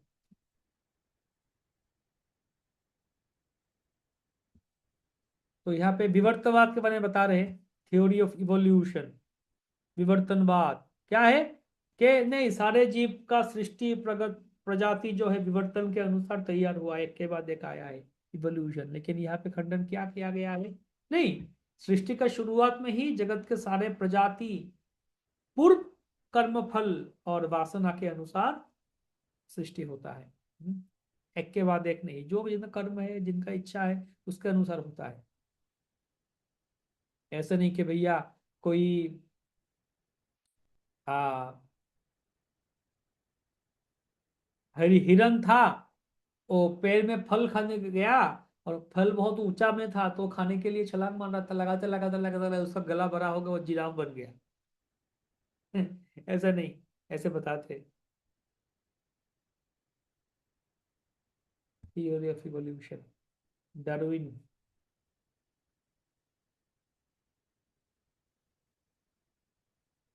उदाहरण दे रहे, उपमा दे रहे प्रभुपाद यहाँ पे, कि जैसे कोर्ट में कोई न्यायाधीश होते हैं, कोई जज होते हैं। तो जज जो कैदी है या फिर जो क्रिमिनल है, क्रिमिनल को सजा देते हैं, सजाए मौत दिया जा रहा है तुम्हें, या फिर किसी को पुरस्कार दिया जा रहा है कि इसको इतना जुर्माना दो, पुरस्कार दो इसको, इस आदमी को इसका नुकसान किया, इसको तुम इतना जुर्माना दो, पुरस्कार, किसी को पुरस्कार दिया जाता है, किसी को सजा दिया जाता है। लेकिन जो जज है वो निरपेक्ष रहते हैं, उनका काम ही निरपेक्ष रह के जजमेंट देना, विचार करना, न्याय दिलाना।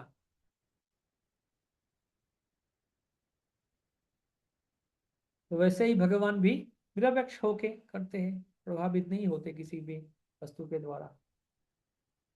10वां श्लोक में भी भगवान बता रहे हैं, तो यहाँ पे तात्पर्य में भी भगवान प्रभुपाद स्मृति शास्त्र के बाद बताते हैं, फिर उपमा देते हैं यहाँ पे भी, एनालॉजी के, एक फूल, पुष्प, उसके जो घ्राण है, घ्राण जब हम, मतलब ऐसा नहीं कि उसको फूल को लाके नाक में घुसाना पड़ता है, नहीं, दूर से हाँ फूल है, उसका जो सुगंध है नाक में आता है हमारा, है ना।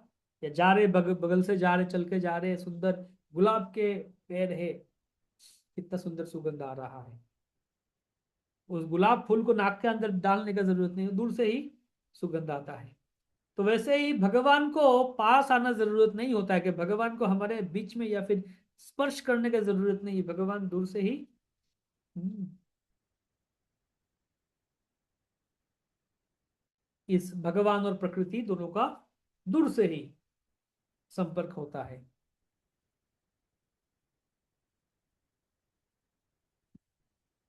ठीक है, अभी फिर 11 से 25 तक दुरात्मा और महात्मा के बारे में बताते हैं। दुरात्मा क्या, महात्मा क्या। तो जो मूर्ख है वही भगवान को अवज्ञा करते हैं। तो बता रहे हैं, अर्जुन अगर सवाल पूछते हैं यहाँ पे कि अगर तुम परमेश्वर भगवान हो तो फिर क्यों कोई कोई तुम्हारा श्रेष्ठता स्वीकार नहीं कर करते हैं। अगर आप ही भगवान हो, आप ही परमेश्वर हो, तो फिर बहुत लोग हैं जो आपको श्रेष्ठ नहीं मानते, परमेश्वर नहीं मानते, ऐसा क्यों। उत्तर में भगवान बता रहे हैं 2 श्लोक में कि मैं जब मनुष्य रूप से अवतरित होता हूँ, अवतरण करता हूँ, तो मूर्ख लोग मुझे अवज्ञा करते, अवजानन्ति माम मूढ़ा मानुषिम तदुमाश्रितम, कि वो मुझे नहीं जान पाते, जो मूर्ख लोग मुझे नहीं जान पाते। तो मूर्ख का क्या गति होगा, क्या परिणति होता है, बता रहे 12 नंबर श्लोक में, मोघाशा मोघ कर्मानो मोघ ज्ञान विचेतसः, कि ये लोग जो राक्षसी है, आसुरी भाव के द्वारा आकृष्ट हो जाता है, और सब कुछ व्यर्थ होता है उनका, जो ज्ञान, कर्म और ज्ञान का प्रयास, सब कुछ, वैसे लोगों का कर्म ज्ञान का प्रयास व्यर्थ हो जाता है। फिर अर्जुन सवाल पूछते 13 नंबर श्लोक के पहले, कि तो फिर कौन कौन है आपका भजन करते हैं, आपका भजन करने वाले लोग कौन है, ऐसे कौन होते हैं आपका भजन करते हैं। बता रहे, कोई जो देवी प्रकृति का आश्रय लेते हैं, जो महात्मा है वो मेरा देवी प्रकृति का आश्रय लेते हैं। महात्मानस्तु माम पार्थ दैवी प्रकृति में आश्रिता, महात्मा लोग हैं मेरा आश्रय लेते देवी प्रकृति के, क्योंकि वे मुझे सर्वभूत, सबके आदि और अव्यय जान के अनन्य चित्त होकर मेरा भजन करते हैं, अनन्य चित्त होकर मेरा भजन करते हैं बोले।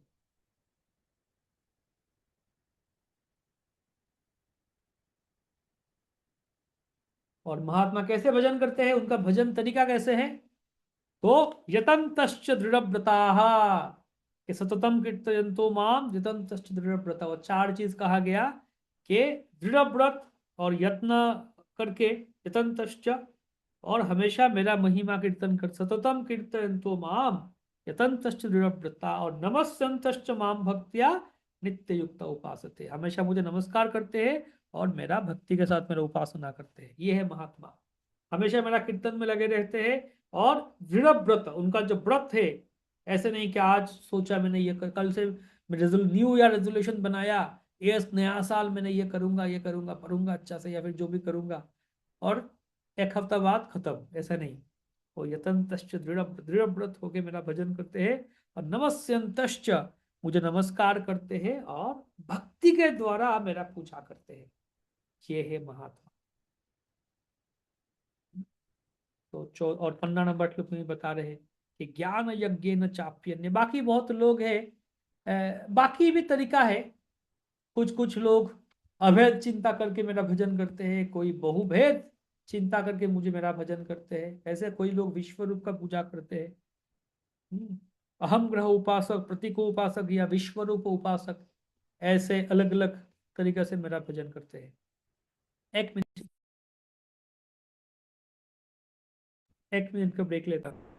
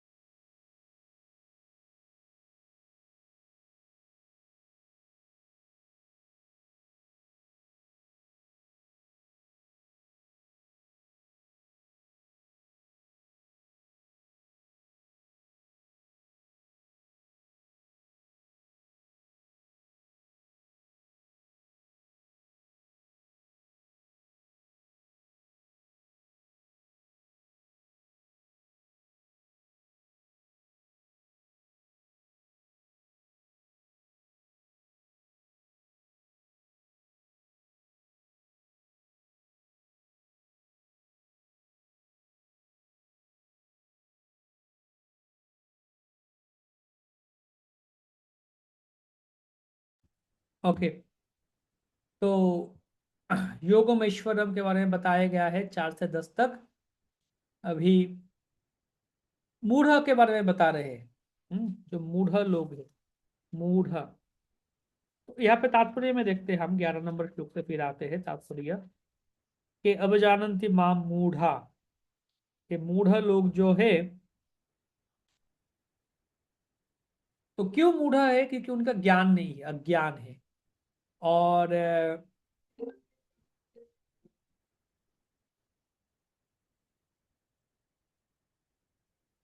हाँ, भगवान श्री कृष्ण और उनका शक्ति है, अत्यंत है, अद्भुत है।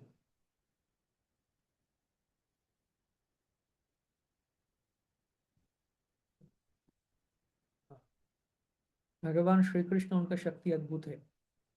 हम्म, ये जानते नहीं वो लोग। हम्म, और कृष्ण के चिन्मय चिद देह के बारे में जानते नहीं। वो जानते नहीं कि भगवान परमेश्वर, परम अधीश्वर और परम सब कुछ के मालिक है, सब कुछ के प्रभु है, ये भी नहीं जानते।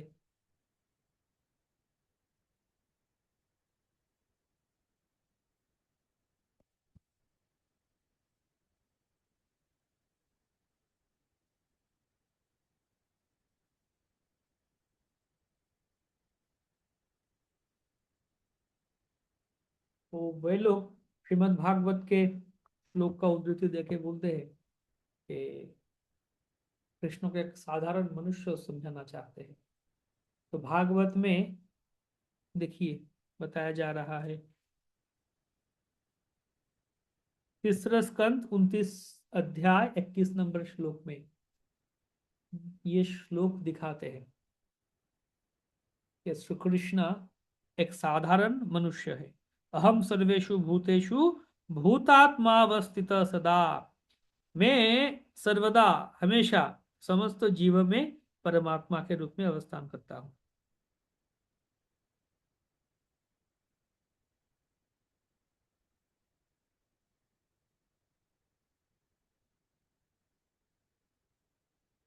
मैं सारे जीवों में अवस्थान करता हूँ, उसका मतलब भगवान साधारण मनुष्य है।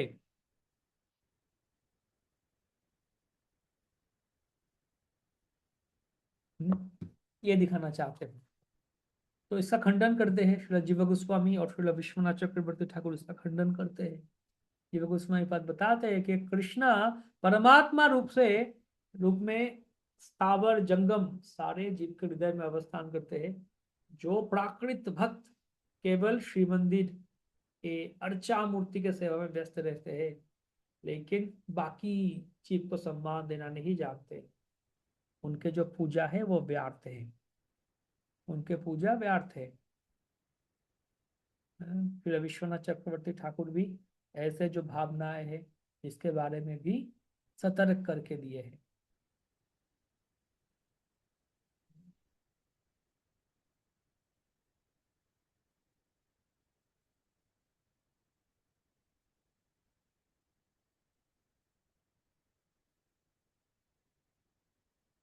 तो मायावादी जो है वो भगवान के विग्रह सेवा का उपहास करते हैं। ये भी बताया जा रहा है, प्रभु बता रहे हैं। उनका युक्ति क्या है कि भगवान तो हर जगह है, भगवान सर्वव्याप्त है, वासुदेव है, तो फिर सिर्फ मंदिर में ही भगवान का पूजा क्यों किया जाता है? हम्म? भगवान हर जगह है तो फिर मंदिर में ही क्यों भगवान का सेवा पूजा किया जाता है? ये उनका विचार है। और प्रभुपद बताते हैं, अगर भगवान हर जगह में है तो फिर मंदिर में क्यों नहीं? भगवान हर जगह है मतलब भगवान मंदिर में भी है, विग्रह में भी है, इसलिए विग्रह का पूजा किया जाता है। तो हाँ, और एक उदाहरण, मतलब ये तो एक बोलने के लिए बोला, लेकिन उनका जो विचार है भगवान हर जगह है सब कुछ, उसका मतलब ऐसा नहीं चलता हर कुछ कर दो। हर जगह भगवान होते हैं, हर एक अणु कण कण में भगवान है। तो अभी कोई सवाल पूछ सकता है, तो अगर कोई गंदगी है, हम्म, कोई गंदगी है, सीधी भाषा में विष्टा है, तो उसमें भी भगवान है। तो उसका भी पूजा करो।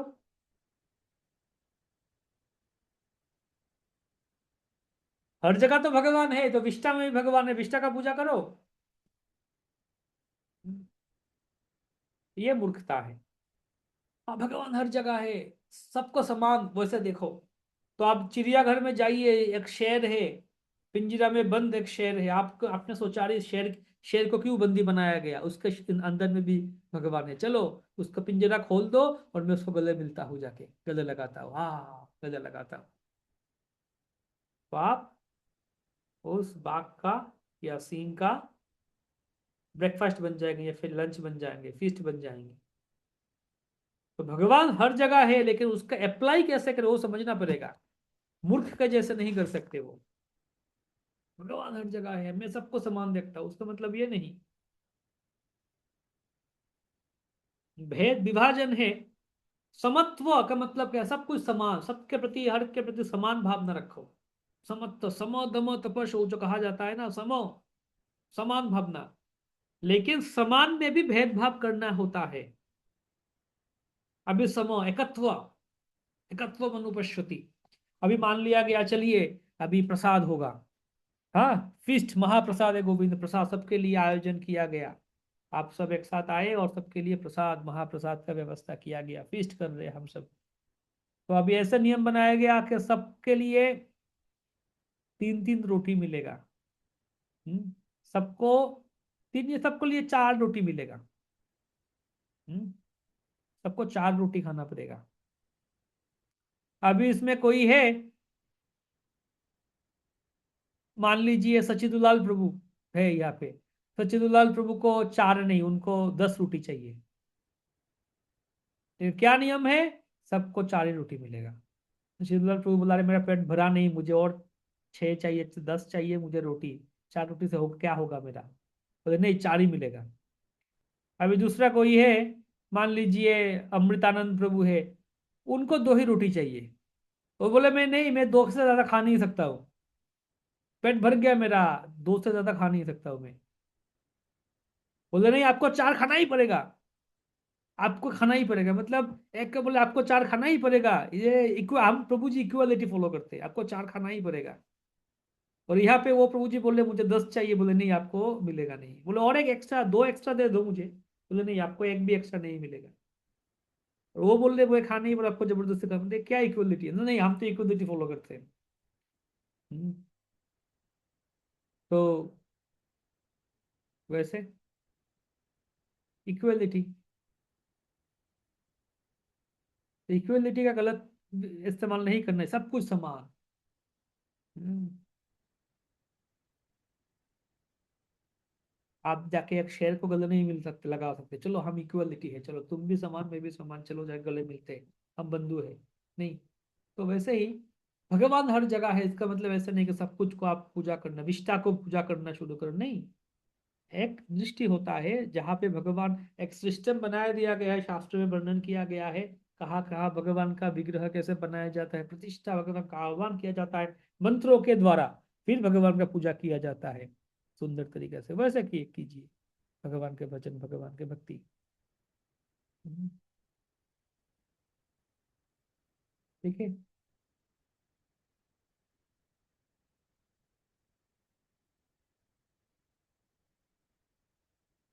फिर दुरात्मा के मैंने बता रहे थे 12 नंबर श्लोक से कि इन सारे जो दुरात्मा है इनका भाव कैसे है, बताते हैं। भगवान को जानते नहीं ये लोग, उपहास करते करते हैं, वे परम तत्व के रूप में स्वीकार नहीं करते भगवान को। वो ऐसे सोचते हैं कि साधारण जीव और कृष्ण के अंदर कोई भेद नहीं है। वो सोचते हैं कि मनुष्य रूप से भौतिक प्रकृति के द्वारा आवृत है सब कुछ। तो वह जब मनुष्य रूप से मुक्त हो जाएंगे तब भगवान बन जाएंगे, ऐसे विचार है। हम अभी मनुष्य रूप में फंस गए हैं, बद्ध है, मनुष्य रूप से निकल जाएंगे तब भगवान बन जाएंगे, लेकिन ऐसे नहीं। दुरात्मा मायावादियों का विचार ऐसे है। तो भगवान को साधारण मनुष्य सोचना महा अपराध है। विष्णु स्मृति के, बृहद विष्णु स्मृति की श्लोक दिया जा रहा है यहाँ पे कि कृष्ण के जो सच्चिदानंद विग्रह है, रूप है, उसको अगर कोई प्राकृत बोल के सोचते हैं तो फिर श्रुति और स्मृति शास्त्र के विधान के अनुसार उसको तिरस्कार बहिष्कार करना चाहिए। और ऐसे लोगों का अगर मुंह भी दर्शन होता है तो फिर उसको आ, उस पाप से बचने के लिए गंगा स्नान करना चाहिए। हम्म। প্রাকৃত কোরিয়া মানে विष्णु कोलेवर, विष्णु निंदा नहीं यार इहार ऊपर। भगवान के अप्राकृत रूप का अगर कोई प्राकृत या फिर भौतिक माइक सोचता है तो ये सबसे बड़ी विष्णु निंदा है। उससे बड़ी और विष्णु निंदा हो ही नहीं सकता, चैतन्य चरितामृत में है। प्राकृत बोलिया माने विष्णु कोलेवर, विष्णु निंदा नहीं यार इहार ऊपर। इससे ज्यादा विष्णु निंदा बढ़िया, इससे खतरनाक हो ही नहीं सकता। हाँ, ये सब आचार्य वर्णन करते हैं कि जब भगवान उपलब्ध थे इस जगत में, उपस्थित थे कृष्णा, एक्चुअली तब तक कलयुग का समय हो चुका था कि कलयुग आ ही गया था। लेकिन क्योंकि कृष्ण उपलब्ध थे इस जगत में इसलिए कलयुग का प्रभाव विस्तार हो नहीं रहा था, मतलब कलयुग फैल नहीं रहा था, लेकिन कलयुग का समय हो गया था। तो अभी क्या है, कृष्ण चले जाएंगे, कृष्ण का अंतर्धान होगा, तिरोधान होगा, फिर कलयुग का प्रभाव विस्तार हो जाएगा। लेकिन कृष्ण सोच रहे हैं कि अरे मैं, जब कृष्ण है इस जगत में, हालांकि ये कलयुग होना चाहिए था, लेकिन क्योंकि कृष्ण मौजूद है ना इसलिए सब कुछ सत्ययुग जैसे चल रहा था। इतने धर्म धर्म का सिद्धांत ऐसे प्रतिष्ठा हुआ था, पांडवों ने, युधिष्ठिर महाराज, अर्जुन, भीम, सब ने ऐसे सुंदर धर्म को प्रतिष्ठा किया था कि सत्ययुग मान लो हो गया। तो भगवान सोच रहे कि भैया मैं चला जाऊंगा, ठीक है मैं तो चला जाऊंगा, पांडव भी चला जाएंगे, लेकिन आशा मतलब अचानक कैसे कलयुग शुरू हो जाएगा? कलयुग को शुरू होने देने के लिए थोड़ा तो मौका देना चाहिए ना। कलयुग आएगा कैसे, वो घुसेगा कैसे कलयुग? सब कुछ सत्ययुग जैसे चल रहा है, इतने धर्म, इतने मर्यादा, सब कुछ सत्ययुग जैसे, कैसे कलयुग आएगा? मुझे कोई व्यवस्था करके देना चाहिए। तो भगवान ने क्या सोचा, भगवान पहले तो उनके यदुवंश यादवों को आपस में लड़ा के, हाँ मारा मारी लड़ा के प्रवास क्षेत्र में अंतर्धान करा दिया। तो सबने सोचा देखो यदुवंश के लोग, ये लोग भी नशा कर लिया, निंदा करने लगे लोग, ये लोग भी साधारण लोग हैं। और कृष्ण ने क्या व्यवस्था किया, वो जाके बैठे हुए हैं, एक एक जरा एक व्याध आया शिकारी, उसने तीर मारा, कृष्ण का पैर में लग गया, कृष्ण मर गए। मतलब ऐसे लीला की है भगवान, अंतर्धान लीला ऐसे किए। भगवान तो कर सकते थे ना कि आसानी से चलो मैं सबको हरि बोल हो गया, टाटा बाई बाई हो गया मेरा लीला, में जा रहा हूँ गोलोक वृंदावन बोल के भगवान जा सकते थे, आसान सबको लेके सुंदर से जा सकते थे। लेकिन नहीं, ऐसा लीला क्यों किया भगवान ने कि वो सो सो रहे हैं, अचानक ने एक तीर मारा, भगवान के पैर में लग गया, भगवान मर गए। और वर्णन भी है हमारे भैया, उनका शब्द मृत शरीर को जलाया गया, ऐसे भी कहा कहा लोग लेके आते हैं। तो ऐसे क्यों किया भगवान ने, ऐसे लीला क्यों किया? सीधी सीधी मुस्कुरा के जा सकते थे, चलो मैं जा रहा हूँ, अच्छा सा फेयरवेल लेके अच्छा फेयरवेल लेके जा सकते थे भगवान। क्यों भगवान ऐसे किए कि भगवान ने इसीलिए किया कि मैं ऐसे लीला करूंगा, ऐसे लीला करके जाऊंगा, मेरा अंतर्धन अप्रकट लीला ऐसे होगा कि लोग क्या बोलेंगे, देखो इसका मतलब कृष्ण भी साधारण मनुष्य थे, कृष्ण के शरीर भी साधारण मनुष्य जैसे ही था, इसलिए एक जरा ने एक एक जरा नाम का व्याध ने तीर मारा, बाण मारा, और तीर लग के वो मर गया। कृष्ण मर गया, कृष्ण का शरीर जला दिया गया, कृष्ण मर गए। तो ये इतने बड़ी, इतने खतरनाक, इतने निंदनीय अपराध है कि उसी अपराध के जरिया से, उस अपराध के माध्यम से कलयुग फैल जाएगा। प्राकृत कोरिया माने विष्णु कोले बोर, विष्णु निंदा नहीं यार यारो को, इससे खतरनाक विष्णु निंदा हो ही नहीं सकता।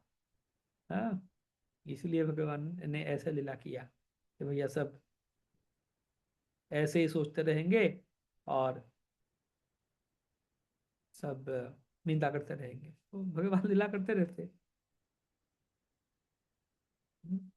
भगवान अगर आसानी से अंतर्धान लीला करते अच्छा होता ना हमारे लिए, वरना हमें लोग कितना कुछ बोलते रहे, चलो तुम्हारा कृष्ण ऐसे है, कृष्ण वैसे है, कृष्ण ने ऐसे ऐसे किया, रास लीला किया, ऐसे किया, गोपियों के साथ, दूसरे के पत्नियों के साथ नृत्य किया, या फिर ऐसे मर गया, ऐसे निंदा करते। अगर भगवान ऐसा नहीं, एकदम साफ सुथरा लीला करते। हाँ, रामचंद्र भगवान मर्यादा पुरुषोत्तम, उन्होंने भी ऐसे ऐसे कार्य करके गया है, पत्नी को, गर्भवती पत्नी को भेज दिया, जब वनवास में भेज दिया, अग्नि परीक्षा लिया, इतना कुछ किया। हम्म स्त्री का शोषण किया, है ना, इतना कुछ किया। नहीं मतलब सीधे सीधे लीला करो ना। चैतन्य महाप्रभु भी आए, उन्होंने भी विवाह किया, शादी किया, अभी उत्तरदायित्व तो निभाना चाहिए, जिम्मेदारी निभाना चाहिए, नहीं संन्यास लेकर चला गया। हाँ, यंग वाइफ है, नवी नवी नवले दुल्हन है, पत्नी है, माँ है, छोड़ के चला गया संन्यास लेके। क्यों? मतलब भगवान का हर एक लीला में कुछ ना कुछ तो मतलब ऐसे करके जाते हैं भगवान ना। अरे सीधी सीधी करके जाने में क्या समस्या, अगर सीधी सीधी करके जाते तो हमारे लिए तो आसान होता ना, भक्तों के लिए। अभी हमारे लिए मुसीबत हो गया, लोग हमें बोलते रहते हैं तुम्हारे भगवान कैसे है। हाँ, भगवान क्यों ऐसे किए, जानबूझ के ऐसे करते, क्यों करते हैं? क्योंकि कुछ कुछ लोग हैं जो निंदुक है ना, श्रद्धा नहीं है, उनको दूर रखने के लिए, कि भैया वो लोग ऐसे निंदा करेंगे, निंदा करके और दूर रहेंगे, अपराध करके और दूर जाएंगे वो। हाँ? और हमारे लिए भी तो कुछ काम देना चाहिए ना, वरना हम लोग खाली खाली बैठे क्या करते। इसलिए भक्तों को चैलेंज, चुनौती देखे गए भगवान, कि लोग तुम्हें निंदा करेंगे, लोग तुम्हें बात 10 बात सुनाएंगे, और तुम्हारा काम क्या है, अच्छा से शास्त्र पढ़ो, गीता पढ़ो, भागवत पढ़ो, भक्ति शास्त्री करो, भक्ति वैभव करो, अच्छा से पढ़ो और उत्तर दो, जवाब दो, प्रचार करो। तुम्हारे लिए ये जिम्मेदारी है और चुनौती है, चैलेंज देखे गया हमें। वरना हम तो खाते पीते सो जाते और आराम से मस्ती करते हैं, हम खा पी के सो जाओ, नहीं। भगवान ने हमें टास्क देखे गए, ऐसे ऐसे लीला किया भगवान ने, कृष्ण ने भी ऐसे कुछ किया, रामचंद्र ने भी ऐसे किया, महाभारत हमारे लिए बहुत बड़ा काम खड़ा करके गया। तो हमें शास्त्र पढ़ना है, अच्छा से समझाना है लोगों को इन सब बातें, और अपसिद्धांत विनाश करना है, अपसिद्धांत धांत हारि ने, अपसिद्धांत को विनाश करना चाहिए। ओके, फिर 13-14 में भी महात्मा के बारे में बता रहे, तेरा महात्मनस्तु माम पार्थ दैवी प्रकृति में आश्रित है। ये दैवी प्रकृति कौन है? ये है श्रीमती राधा रानी। तो कहा जाता है, प्रभुपाद भी कहते हैं कि ये गीता में कहा, राधा रानी के बारे में कहा जाते हैं। गीता गीता में राधा रानी के बारे में कहा, क्यों नहीं कहा गया? क्योंकि गीता में ये कहा गया दैवी प्रकृति। दैवी प्रकृति मतलब श्रीमती राधा रानी के बारे में बताया जा रहा है। हम्म, है ना। श्रीमती राधा रानी के बारे में दैवी प्रकृति में आश्रित था, चिन्मय प्रकृति। उनके शरण लेके हमें भजन करना है। हम गौड़ीय भक्त है। गौड़िया का मतलब है श्रीमती राधा रानी के भक्त। हम्म, तो भक्ति सिद्धांत सरस्वती ठाकुर प्रभुपाद कहते हैं कि कृष्ण के साथ हमारा कोई लेना देना है नहीं, हम तो राधा रानी के भक्त हैं। लेकिन क्योंकि राधा रानी के साथ कृष्ण के कोई संबंध है, इसलिए हम राधा रानी को खुश करने के लिए कृष्ण का भजन करते हैं। हम कृष्ण नाम क्यों जप करते हैं? कि राधा रानी को संतुष्ट करने के लिए। कृष्ण का नाम करेंगे, भजन करेंगे तो राधा रानी खुश हो जाएंगे।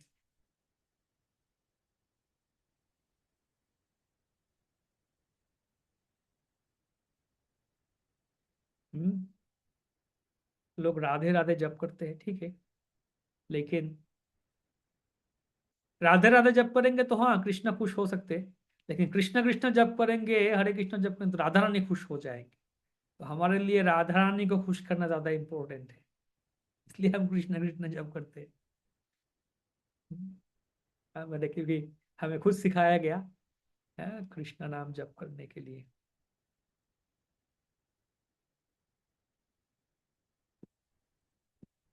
सततम कीर्तन तो माँ, हमेशा कीर्तन करना चाहिए। ये तो चर्चा की है हम। ये महात्मा महात्मा के लक्षण। फिर 15 नंबर श्लोक में भी ये जो एकत्वेन पृथक्त्वेन बहुधा विश्वतो मुखम। एकत्वेन मतलब अहम ग्रह उपासना, कि मैं ही सब कुछ हूँ, मैं खुद का स्वयं उपासना। खुद को भगवान से अभेद मानते हैं और ऐसे पूजा उपासना करते हैं। एकत्वेन, फिर पृथक्त्वेन प्रतीक उपासना। कोई प्रतीक, कोई सोच के ऐसे पूजा करना भगवान का। पृथक्त्वेन, कई कल्पना करके कोई रूप सोच के भगवान का पूजा करना। और विश्वतो मुखम, मुखम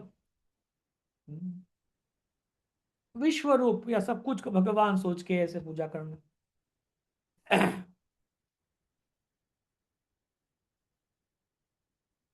हम्म,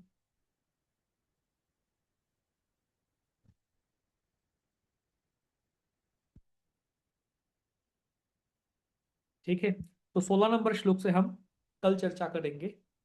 अभी आपके कोई प्रश्न है तो पूछ सकते हैं। तो पहला वाला है निराकार उपासना। दूसरा जो है देवा उपासना, देवता के पूजा करना। और तीसरे वाला है कि विश्व रूप उपासना। हाँ, कृपालु चैतन्य प्रभु। हरे कृष्णा प्रभु जी, मेरा वॉइस आ रहा है? क्लियर है? हाँ हाँ ठीक है। अच्छा प्रभु जी, मतलब इसमें एक आपने शुरू में बात हुई थी, आपने कहा कि भाई तप करना, जो मतलब है कि तप के विषय में आप कह रहे थे कि ऐसे अगर भगवान को चाहिए। लेकिन हमारे जो मतलब प्रभुपाद जी ने जो हमें तरीका बताया, उन्होंने कहा है कि तप से तो भगवान नहीं मिलते, ना माला जाप से, हमें तो भगवान प्रेम से मिलते हैं, प्रेम के भूखे हैं ये। इसके लिए हमें करना चाहिए ये बात है। और हम्म मतलब कि तप से और माला जाप से, जो है माला जाप से तो शुद्धिकरण होता है हमारे मन का, और चेतना जो है हमारी शुद्ध हो जाए भगवान के प्रति, ये प्रयास होता है। तो हाँ तप, तो इसलिए प्रभुपाद जी ने कहा है तप और ज्ञान से हम लोग भगवान को नहीं पा सकते। क्यों? इसीलिए हमें गोपी प्रेम के विषय में बताया कि गोपियों की तरह हमें प्रेम करना चाहिए, तभी हम शायद भगवान तक पहुंच सकेंगे।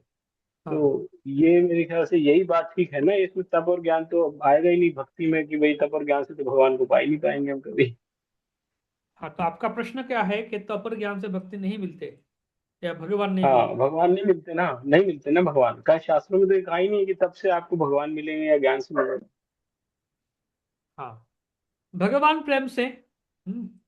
दोनों जनो पांडित्य कृष्ण नहीं पाई, केवलो भक्ति रो बस चैतन्य गोसाई। भक्ति से प्रेम से भगवान मिलते हैं।